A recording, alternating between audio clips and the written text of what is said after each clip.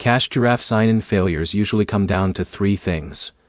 The app can't verify your Google or email session, the device time is out of sync, or the app cache is corrupted after an update. In most cases, fixing those three areas restores login without reinstalling anything.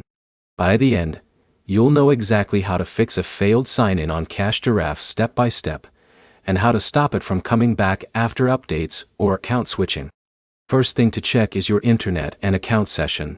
Giraffe relies on Google Play services or your email login provider to verify identity. If you're switching between Wi-Fi and mobile data, the login request can fail mid-verification. Turn off VPNs, ad blockers, or private DNs if you use them, because they can interrupt authentication requests.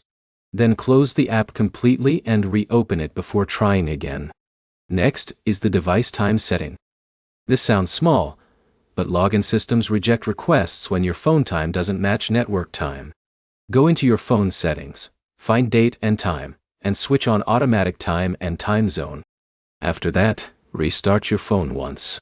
This forces a clean resync with Google's authentication servers. If sign-in still fails, the problem is usually corrupted app data.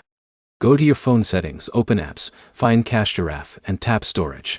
Clear cache first, then try logging in again. If it still fails, clear storage as well.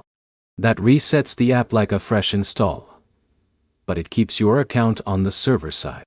At this point, reinstalling the app is the final step. Uninstall Giraffe, restart your phone, then install the latest version from the Play Store. Older versions sometimes break login after updates, because authentication rules change on the server side. One more issue that shows up often is using the wrong login method. If you originally signed up with Google, you need to use Google Login again.